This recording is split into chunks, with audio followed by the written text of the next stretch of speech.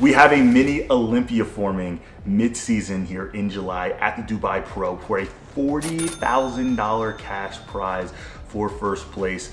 And it's safe to say this show is wrapping up to be the most exciting show of the year outside of the Olympia. And the young social media phenom is just 2 weeks out from stepping on stage at the Tri-City Classic, where he's going to be going against some steep competition. And yeah, I'm going to answer the question on whether or not I think the hype is real or if it's strictly for social media. Let's sit back, relax. We got a lot of things to catch up on. Grapevine, but I ain't hearing nothing great. No, they wanna take it all from me, so I give what it takes. Whole life been a miracle, seen everything but a cape. Why would I stop now? Found everything on a journey, but another way. Look, I'm not here for. We judge what we're looking at on the day. It doesn't matter who won last week. It doesn't matter who won 2 weeks ago. So even though you beat someone and someone did bad, that doesn't mean you're automatically going to beat them every time. What's up, Men's Physique fans? Welcome back to another video. And it is safe to say that the 2024 season is off to one hell of a start with no signs of slowing down. The Arnold UK just wrapped up, and after the show, there was a lot of questions about what exactly are the judges looking for. And we finally get that answer from the vice president himself. Men's Physique has always been and is still about the upper body more than the lower body. Okay, we want to see more balance in their physiques for sure. But if their upper body's way worse or just worse than another person, but they have legs, it doesn't mean they're going to beat them. So at this show this weekend, Corey peaked the best out of all these guys. There's no doubt about it. He was much better than he was 2 weeks ago. You could see the lines and the separation, not just from him in the front, but also in the back. From the back, he beat Diogo and he beat Vitor considerably. He went from getting basically beat bad at the Arnold 2 weeks ago and taking fifth to winning and beating the guy that won the Arnold 2 weeks ago. Why? Because two completely separate looks. These guys, again, these are top 10 competitors in the world. A day can change the results between all of them, let alone 2 weeks. Corey Morris jumped from 5th place to 1st place from the Arnold Ohio to the Arnold UK in just 2 weeks. And with that, there was a lot of questions on what exactly are the judges looking for, what are they judging, and what are the new standards with the board shorts as well as the overall leg development, because Corey hands down has the smallest legs on that stage, not only just in the first call outs, but in the entire show. So because of that, a lot of people were questioning, is he underdeveloped in the lower body? Is he overdeveloped in the upper body? What exactly are they looking for? Now, I really dissected that video. I listened to it a few different times. I read a lot of the comments. A lot of people didn't necessarily agree with what the judges were looking for, but guys, the reality is this. The men's physique division has always been a division that focused towards the upper body more than the lower body. So that's always gonna be a priority. One thing that they're really trying to focus on is limiting the imbalance between upper body and the lower body because of the weight cap. The weight cap has put a lot of emphasis on whether or not people are going to fit in the actual division anymore. And because of that, they were going to be willing to sacrifice their lower body development for what they still had to obtain in that upper body. And it doesn't change the fact that men's physique is still always going to be judged heavily more on the upper body. Now, the question does come in. Is Corey Morris still overdeveloped in the shoulder and the arm department? And the answer to that is yes. He still is, but it still has come down drastically over the last year. And because of that, he's starting to get more and more rewarded because his peaks are becoming more and more consistent. And when his peaks are more consistent, you see the inability to be balanced upper body wise be more minimized because the chest is fuller. The shoulders still are big, the arms are still big, but if everything kind of flows in a more proportionate way with that crisp level of conditioning that he just simply didn't have at the Arnold Ohio. In fact, you can clearly see a difference between his back at the Arnold Ohio compared to the crispness in his back at the Arnold UK. So again, at the top level, what separates those who are at that Olympia level are simply their ability to peak. You can see somebody place first call outs at the Olympia or not even make it to the Olympia based off of their ability to simply peak consistently. Take it from me. That has always been my most difficult attribute as a young men's physique athlete who was able to climb the ranks quick, but also was went right back down that mountaintop quick because of my inability to be consistent. And same thing with Diogo, right? Diogo was just simply inconsistent. The weeks, or the better yet, the shows that he was consistent, he placed either top 3 in the world or he won the Arnold Classic. When he wasn't, 2 weeks later, he lost the Arnold UK. And you can clearly see there were some self-inflicted wounds that Diogo put on himself, with the board shorts, for example, being a little bit too high and his inability to control his posing in midsection at the Arnold UK. That just simply threw his entire look off because, again, he doesn't have the best midsection genetically in the first place.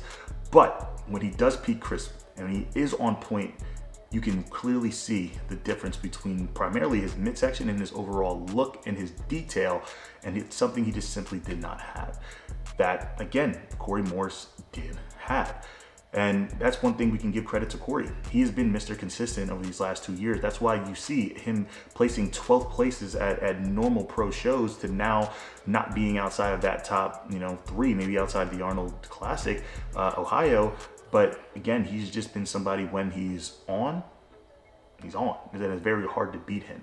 And now he has now beat somebody who's placed 3rd in the world. And again, Corey Morris, this is going to be one hell of a year for him. There's been a lot of people who either love or hate his physique, and there's no question he's still underdeveloped in certain areas and overdeveloped in others, but he's closing the gap between both. And right now, if he can prioritize that going into the Olympia, I can't see many people who can beat him. Early in the week, our 2022 Men's Physique Mr. Olympia champion did a collab post with the Dubai Pro main account announcing that he will be competing in the 2024 Dubai Pro for a cash prize of $40,000. And shortly after, Kyron Holden made his announcement that he will be competing in the Dubai Pro in 2024 as well.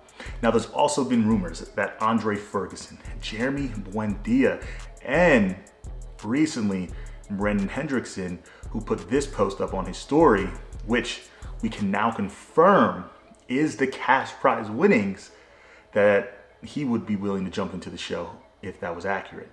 Now, with all of that in mind, just think about that lineup for the second and what hype that could bring to the men's physique division. There's no question Aaron Banks is coming back with a vengeance. He's already made it clear that this return is a redemption story in itself. Last season was not his best.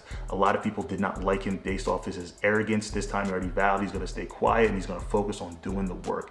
Kyron Holden came onto the scene in 2023 after announcing that he was moving to the classic physique division, but then said, skirt, nah, we're going to stay in men's physique and make some noise, and did just that. He dropped into 2 shows last minute and took over both of them. And we're going to see what he can do now here at the Dubai Pro after one hell of a package at the Arnold Classic just a couple weeks ago. And then, of course, Brendan Hendrickson, which has not done a show outside of the Olympia in a very long time, which the show that he did do was a couple weeks after the Yamamoto Pro, and he won the entire show. And Jeremy Buendia, a guy who missed his peak at the Olympia again. Big difference between somebody who can be potential winner of the Olympia compared to an 8th place where he was at the Olympia, simply based off of a peak. We all saw his photos and videos leading into the show. Absolutely insane. So now we can see with a good solid peak what he can do. And then you put Andre Ferguson on top of that, guys. He is coming with a vengeance this year, already committed to doing the New York Pro in his home state. And you already know, he is not taking his foot off the gas. This has been the most focused Andre Ferguson that I've seen in the last couple of years. And it's safe to say that this Dubai Pro is going to be one hell of a show. And so much so, I might have to just catch a flight out there to give you guys all the live updates, and fingers crossed, I'm already qualified, but if not, I might just have to do the show too. And guys, let's just take a quick second to give some love to the promoters at the Dubai Pro, because I don't think we realize how much $40,000 is for that men's physique division. The highest and most prestigious bodybuilding shows in the world outside of the Olympia and the Arnold Classic, we might just get $2,000 for first place. Like, that doesn't cover how expensive it takes to get to the actual shows. And then not only that, the supplementation it takes to get our physiques to the level to get there, and all the craziness and expenses that go into that, man. So $40,000 is so big for the men's physique division, and it's really cool. Dating back to last year's Legion Sports Festival, where Alphalete committed $20,000+ to the first place, victors, and that sparked one crazy battle between Aaron Banks and Kyron Holden, and now this money is bringing more eyes and definitely more higher caliber competition to these shows, which is only going to have other promoters want the same things at their shows and be willing to invest and get more sponsors to do the same. So the men's physique division is moving in a great direction, and a massive thank you to everybody who has been committed to building this division up and just putting on a show for the fans. And this year, 2024, is going to be a year that allows us to transcend this division into further heights. This might just be the best back in all of men's physique. Like, this makes no sense. Shout out to Dan's parents, because whatever genetics that you've passed on this freak is one that I will be asking for next Christmas. But this is just absolutely insane. And to think this man is 2 weeks out from making his pro debut that is not pro debut, and I'll explain that in a minute. It's crazy to think that we're going to be able to see whether or not the hype on social media is real or not. A lot of times we just see a physique online, but can never see it translate to the stage. And now we're going to have that opportunity to see just that. Now, I had the opportunity to coach Dan. I've coached Dan from his first show ever, where he won an overall in men's physique and classic physique. His second show, where he won the Summer Shredding Classic overall and earned an Alphalete sponsorship. And then we went to North Americans and we won the overall at North Americans after just falling short by 1 point and 1 placing at USA's, where he placed third by just missing his pro card. But again, let me take a quick second to emphasize, during this whole entire reign, he was natural. And that was his first competitive season. And then from there, we went on to the Ben Wieters Natural Show, the first national show to earn your qualification for the Olympia. And that's where he placed second call out. So that's when we realized Dan still had some work to be done in order to truly maximize his potential. And in that same offseason, he made that decision to go to the dark side.